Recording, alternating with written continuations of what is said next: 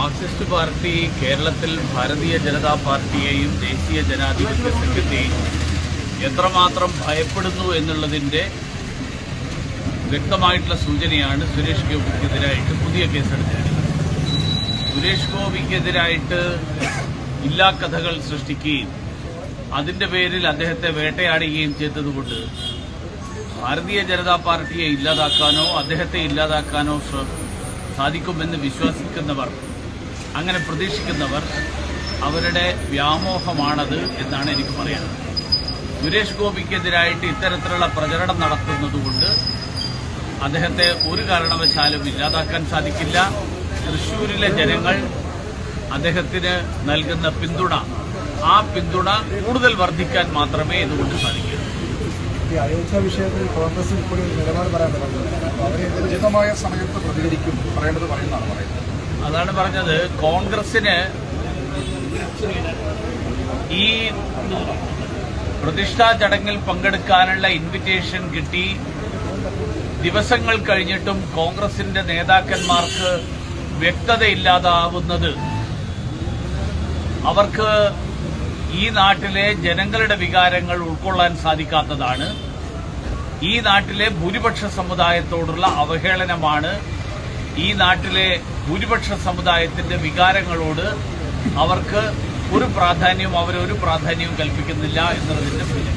ഈ കോൺഗ്രസ് നേതാക്കൾ പറയാതെ ഇതൊരു രാഷ്ട്രീയ ചടങ്ങാക്കി മാറ്റാനുള്ള ശ്രമം നടത്തുന്നത്. എന്തിനാണ് ഇങ്ങനെ രാഷ്ട്രീയ പാർട്ടികളുടെ പേര് വെച്ചിട്ട് ക്ഷണം നടത്തുന്നത്? അത് തന്നെ ഒരു രാഷ്ട്രീയമാക്കാൻ ശ്രമിക്കുന്നതാണ് കോൺഗ്രസ് നേതാക്കൾ. രാഷ്ട്രീയ പാർട്ടികൾ നേതാക്കന്മാർക്ക് ഇല്ലല്ലോ. അതായത് ഈ രാജ്യത്തെ ഏറ്റവും വലിയ പാർട്ടികൾ, ജനങ്ങളുടെ പിന്തുണയുള്ള രാഷ്ട്രീയ നേതാക്കന്മാരെയൊക്കെ ക്ഷണിക്കുന്നു.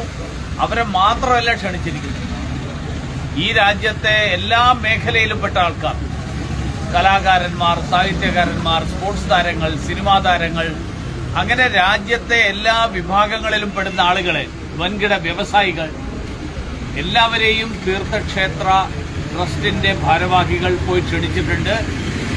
ക്ഷണിച്ചില്ലെങ്കിൽ നാളെ കോൺഗ്രസ് പറയുക ബി.ജെ.പിയുടെ മാത്രം പരിപാടിയാക്കിയത്.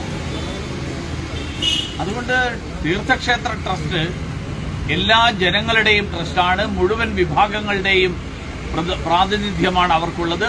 അതുകൊണ്ട് എല്ലാ വിഭാഗം ജനങ്ങളെയും അവർ ക്ഷണിച്ചു കഴിഞ്ഞപ്പോൾ ഇങ്ങനെയൊരു സംശയം വരും, ഇങ്ങനെയൊരു ആശയക്കുഴപ്പം ഉണ്ടാകും എന്നാരും പ്രതീക്ഷിച്ചില്ല. കോൺഗ്രസുകാർക്ക് ഇങ്ങനെ സ്വന്തം നിലനിൽപ്പിനെക്കുറിച്ച്, സ്വന്തം നിലപാടുകളെക്കുറിച്ച് ഈ തരത്തിൽ ആശയക്കുഴപ്പമുണ്ടാകും എന്നുള്ളത് തീർത്ഥക്ഷേത്രത്തിന്റെ ട്രസ്റ്റിന്റെ ആളുകൾക്ക് സംശയമുണ്ടായിരുന്നെങ്കിൽ ഒരുപക്ഷെ അവരോട് ഇവർക്ക് നേരത്തെ പറയാമായിരുന്നു, ദേവി ഏത് ഞങ്ങൾ ക്ഷണിക്കാൻ പറ്റും. ഈ ക്രിസ്മസ് സ്നേഹസംഗമം നടന്നു, ഒരുപാട് പേര് പാർട്ടിയിലേക്ക് വന്നു, ഒരു ഫാദർ അടക്കം അതിലേക്ക്. ഇതുപോലെ ഒരു ഈദുൽ ഫിത്തറിന്റെ സമയത്ത് അങ്ങനെ ഒരു സ്നേഹസംഗമം നടത്താൻ തയ്യാറാണ്. ഞങ്ങൾ എല്ലാ മതവിഭാഗങ്ങളെയും ഒരേപോലെ കാണുന്ന ആൾക്കാർ. അതുകൊണ്ട് ഞങ്ങൾ എല്ലാ വിഭാഗം ജനങ്ങളോടും അവരെല്ലാവരും പാർട്ടിയിലേക്ക് വരണം എന്നുള്ള താല്പര്യമുള്ള ആൾക്കാർ. അവരെ ഒരു ഈദുൽ ഫിത്തറിന്റെ സമയത്ത് ഒരു സംഗമം നടത്താൻ തയ്യാറാകുമോ? തീർച്ചയായിട്ടും. ഞങ്ങൾക്ക് അതിന് ഒരു മടിയില്ല.